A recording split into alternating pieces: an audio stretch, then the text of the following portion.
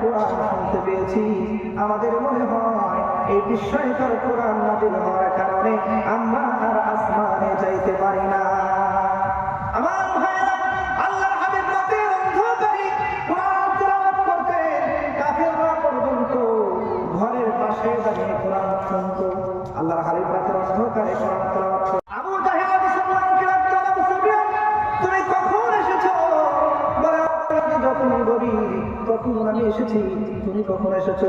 বলে যখন গভীর, রাতটা গভীর, আমিও তখন এসেছি। আবু সুফিয়ান আবু জাহেলকে ডাক দিয়ে বলে চুপে চুপে বলে, আবু জাহেল সারা রাত্রি যা শুনলাম আর বুঝলাম এ মধুর বাণী, এ কোরআন মানুষের কোন কোরআন হতে পারে না। সুবহানাল্লাহ জোরে বলে। কোরআন হলো সংবিধান, কোরআন সবাই তার বিজয় নিশান। কোরআন হলো সংবিধান, কোরআন সবাই তার বিজয় নিশান। নেতা আমাদের রাসূলুল্লাহ, লা ইলাহা ইল্লাল্লাহ, লা ইলাহা ইল্লাল্লাহ, লা ইলাহা ইল্লাল্লাহ, মুহাম্মাদুর রাসূলুল্লাহ। সম্মানিত ভাইরা, রাতের অন্ধকারে কাফেররা গিয়ে মুহাম্মদ রাসূলুল্লাহ কোরআন শুনত। আবু সুফিয়ান চুপে চুপে আবু জাহেলকে ডাকতে বলছে, ভাই আবু জাহেল সারা রাত্রি যা শুনলাম আর বললাম, এত সুন্দর মধুর বাণী, এত সুন্দর ছন্দে যেন হৃদয়কে স্পর্শ করে, এই কোরআন মানুষের কোন বানানো কোরআন হতে পারে না। আবু জাহেল ডাকতে বলে, আবু সুফিয়ান এই কথা আমাদের বলা যাবে না।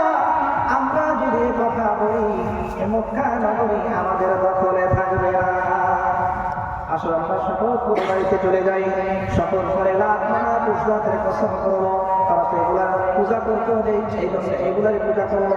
আমার ভাইরা, তারা লাখ মানাত ইসলামের কসম করে বাড়িতে ফিরে গেল। বাড়িতে ফিরে যাওয়ার পরে যখন সারা রাত্রি পার হয়ে গেল, রাত্রি পার হওয়ার পরে যখন সন্ধ্যা ঘনিয়ে আসলো, কথায় আছে, আরবিতে প্রভাব বাক্য আছে, আল ইনসানু হারিসুন ফিমা মুনিআ। মানুষকে যে কাজের থেকে বাধা দেওয়া হয়, মানুষকে যে কাজের প্রতি বাধা দেওয়া হয়, সে কাজের প্রতি মানুষের আগ্রহ বেশি হয়। যখন সন্ধ্যা ঘনিয়ে আসলো, আমার ভাইরা, যখন সন্ধ্যা ঘনিয়ে আসলো, আবু জাহেল মনে মনে চিন্তা করে, আজকে তো আমরা শপথ করেছি আর কেউ কোরআন শোনার জন্য আসবে না, আজকে একাই গিয়ে মুহাম্মদুর রাসূলুল্লাহর কোরআন আমি তৃপ্তি সহকারে শুনবো। আমার ভাইরা, আবু সুফিয়ান একই চিন্তা করে, আজকে তো আমরা শপথ করেছি কেউ আসবে না, আমি একাই গিয়ে মুহাম্মদুর রাসূলুল্লাহর কোরআন শুনবো।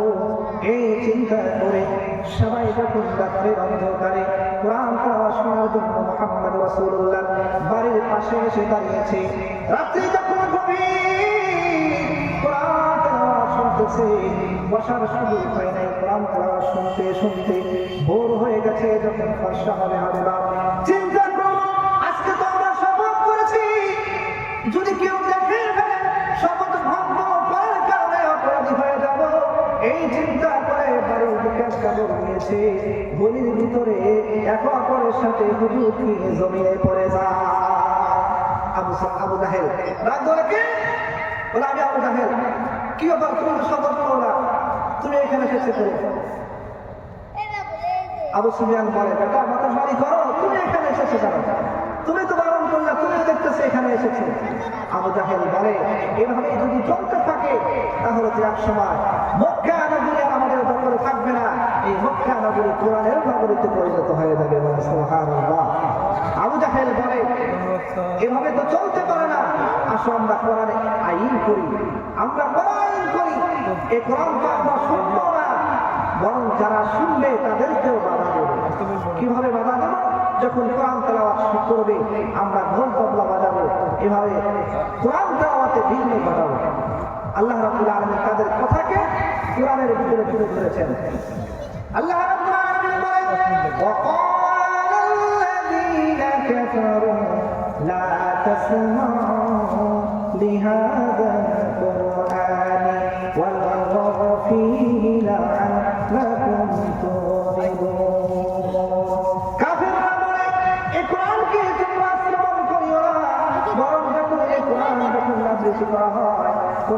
কোরআন আকৃতিকারে বিভ্রান্ত সৃষ্টি করো, তোমরা বিভ্রতা সৃষ্টি করো, যেন মানুষ মনোযোগ সহকারে কোরআন শুনতে পারে না। সময় তো ভাইরা, আল্লাহ রাব্বুল আলামিন তাদের কথাকে কোরআনের ভিতরে নোট করে দিয়েছে, কারণ আল্লাহ রাব্বুল আলামিন জানে যুগে যুগে আবু জাহেল থাকবে না, কিন্তু আবু জাহেলের নাতিপুতিরা থাকবে যারা এরকম কোরআনের মাহফিলে বাধা দিবে। আল্লাহর জমিনে আল্লাহর কোরআনের আইন চালু হোক, তারা কখনো চাবে না। ঠিক কিনা বলে বলে আল্লাহ কোরআন দিয়ে দেশ চলুক, এটা তারা কখনো চাবে না। এই জন্য আল্লাহ রাব্বুল আলামিন কোরআনের ভিতরে তাদের কথাকে নোট করে দিয়েছে এবং জানিয়ে দিয়েছে পৃথিবীর মানুষেরা হুঁশিয়ার হয়ে যাও, যারা কোরআনের মাহফিলে বাধা দেয়, রাসূলের জামানায় ছিল, এই জামানায় আসবে, তাদের বিপক্ষে তোমরা কঠোর প্রতিরোধ গড়ে তুলবা। সময় তো ভাইরা, এই জন্য এই কোরআন আল্লাহ রাব্বুল আলামিন আমাদেরকে জীবন বিধান হিসেবে দিয়েছে। এমন একটা কোরআন আমাদেরকে দিয়েছে, কাফেররা সেই সময় পয়গম্বর যখন কোরআন তেলাওয়াত করতো তারা বিঘ্নতা সৃষ্টি করতো, এমনকি পয়গম্বরকে হত্যা করার জন্য পরিকল্পনা করলো। কি করলো? হযরত ওমর রাদিয়াল্লাহু তাআলা আনহুকে নিযুক্ত করলেন পয়গম্বরকে হত্যা করার জন্য। পয়গম্বরকে হত্যা করার জন্য ওমরকে যখন নিযুক্ত করলেন, ওমর রাদিয়াল্লাহু তাআলা খুঁজতে খুঁজতে বের হয়ে গেলেন, কোথায় আছে, কোথায় পয়গম্বর আছে। আমার ভাইরা, হযরত ওমর জানতে পারল আল্লাহর হাবিব বাইতুল্লাহ ছায়ার নিচে আল্লাহর কোরআন তেলাওয়াত করতেছে, নামাজের ভিতরে লিপ্ত আছে। এ খবর পেয়ে তিনি একটা তামান্না তরবারি বের করে ঘর থেকে তরবারি বের করে বেরিয়ে গেলেন মুহাম্মদুর রাসূলুল্লাহকে হত্যা করবেন। নাউযুবিল্লাহ। সেই সময় জাহিলিয়াতের ভিতরে আছে, হযরত ওমর মুসলমান হয় নাই, হযরত ওমর হত্যা করার জন্য বেরিয়ে গেলেন। আল্লাহর নবী বিশ্বনবী মুহাম্মদুর রাসূলুল্লাহ নামাজের ভিতরে সূরা আল-ফাতিহা তেলাওয়াত করতেছে। আমার ভাইরা, আল্লাহর হাবিব কোরআন তেলাওয়াত করতেছে। হযরত ওমর যখন পয়গম্বরের নিকটে চলে গেছে, মনে মনে চিন্তা করে এত সুন্দর মধুর বাণী তেলাওয়াত করতেছে, আমি তো এত সুন্দর মধুর বাণী জীবনে কোনোদিন শুনি নাই। মুহাম্মদ রাসূলুল্লাহ এই কোরআন কোথায় পাইল? তার কাছে তুমি জেনে এসে বলে দেয় নাকি? আল্লাহর হাবিব নামাজের ভিতরে তেলাওয়াত করতে করতে বললেন, ইন্নাহু লাকাউলু রাসূলিন কারীম। এটা কোনো মানুষের কথা নয়, সম্মানিত বার্তা বামকের বাণী। হযরত জিবরাইল আলাইহিস সালাম নিয়ে এসেছেন। আমার ভাইরা, হযরত ওমর থমে গেল। আমি মনে মনে চিন্তা করলাম, এটাকে জেনে সে বলে জানে নাকি? সে কেমন করে বুঝতে পারলো? নাকি এই কোরআন সে কবি হয়ে গেছে, সে কি কবিতা আবৃত্তি করতেছে? পয়গম্বর নামাজের ভিতরেই বলে ফেললেন, ওমা হুয়া বিকৌলি শাইর কালিলাম মা তুমিনুন। আল্লাহু আকবার জোরে বলেন। আমার ভাইরা, আল্লাহর পয়গম্বর বললেন, এই কোরআন কোন কবির কথা নয়, আর এই কথা প্রত্যেক মানুষই বিশ্বাস করে থাকে। আল্লাহ চিন্তা করলেন, হায় হায়, আমি আমাদের ভিতরে পয়গম্বর মুহাম্মদুর রাসূলুল্লাহ আমাদের ভিতরে উত্তর দিয়ে দিচ্ছে, আর আমি মনে মনে ধারণা করতেছি নাকি সে গণক হয়ে গেল, সে কি গণক হয়ে গেছে নাকি? আল্লাহর হাবিব আমাদের ভিতরে বলে দিলেন, ওমা হুয়া বিকৌলি কাহিন কালিলাম মা তাযাক্কারুন। এটা কোনো গণকের কথা নয়, আর এই উপদেশ প্রত্যেক মানুষই বিশ্বাস করে থাকে। হযরত ওমর চিন্তা করতেছে, আর আশ্চর্য হয়ে গেছে, হায় হায়, আমি মনে মনে চিন্তা করি, আর মুহাম্মদুর রাসূলুল্লাহ নামাজের ভিতরে উত্তর দিয়ে দেয়। এটা কোনো গণকের কথা নয়, কবির কথা নয়। তাহলে এই কোরআন কার বাণী, কার পক্ষে নাযিল হয়েছে? আল্লাহর পয়গম্বর নামাজের ভিতরে তেলাওয়াত করেন, তানজিলুম মির রাব্বিল আলামিন। এটা হলো মহান রব্বুল আলামিনের পক্ষ হতে নাযিলকৃত কিতাব। আল্লাহু আকবার।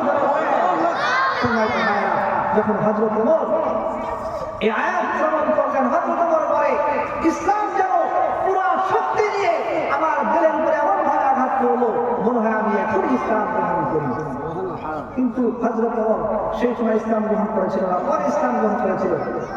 পয়গম্বরকে হত্যা করার জন্য তারা পরিকল্পনা করতো কিভাবে হত্যা করা যায়। সম্মানিত হাজির, এজন্য দ্বিতীয় নম্বর দায়িত্ব কোরআনের প্রতি, যখন কোরআন তেলাওয়াত করবে, কোরআন তেলাওয়াত করা হয় তখন মনোযোগ সহকারে শ্রবণ করতে হবে।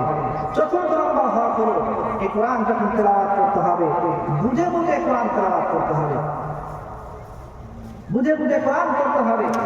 আমার ভাইরা, আল্লাহর পয়গম্বর বলে দিয়েছেন, কেউ যদি কোরআন বোঝে এবং কোরআন বুঝে আমল করে, আল্লাহর পয়গম্বর বলেন, মান ক্বারাআল কুরআন ওয়া আমিলা বিমা ফীহি, মান ক্বারাআল কুরআন ফাসতাহআহু ফাহাল্লা হালালাহু ওয়া হারামা হারামাহু আযাফা লাহুল জান্নাহ।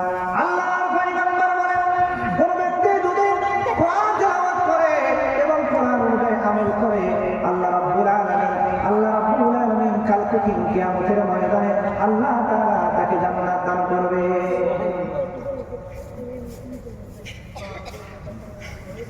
আমার ভাইরা, শুধু তাই নয়, ওয়াসাফাহু ফি আশরাতিন মিন আহলি বাইতিহি কুল্লুহুম ক্বাদ ওয়াজাবাত লাহুন নার।